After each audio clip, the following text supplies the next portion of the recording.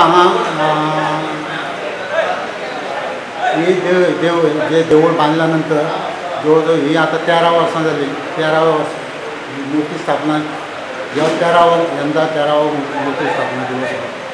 आणि त्यामुळे पयलीं हांगा उत्सव जाताले. आता 13वा असल्या कारणान प्रत्येक वर्सा हेचे वर्धापन दिन जाता आणि 4 दिवस कार्यक्रम असतात. पुरातन म्हणजे जवळ म्हाका दिसता माझ्या ल्हानपणां पासून हांव पळयता हांगा तेन्ना हांगा ही वास्तू वगैरे कांय नासली. नुस्ती एक घुमटी आसताली आनी हांगा अवसार उबे रावताले. गांवांत कितें कसली कोणाची अडचण जाली कितें जाली देवा कडेन हांगा अवसार येतालो आनी त्या प्रमाणे ते कोण बरी नासली कोण कितें नासलें तेंची हें हांगा जावं कितें कोणाक हें जाली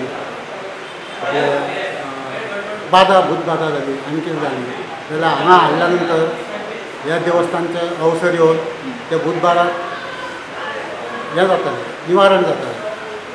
आनी अशी हेची पयलीं पासून ख्याती आसा. आनी अशें आसा की जे ह्या इतक्या वाठारांचे लोक आसा ते तेंच्या तोंडाक पयलीं येतालें मानशे वयल्यान. हे 3 मानस हांगा आसा.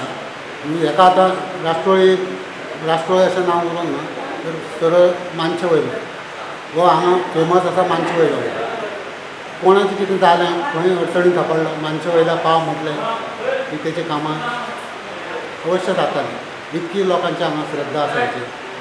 आनी त्यामुळे लोक एकदम म्हणजे आपल्या हितूनसून येतात हांगा.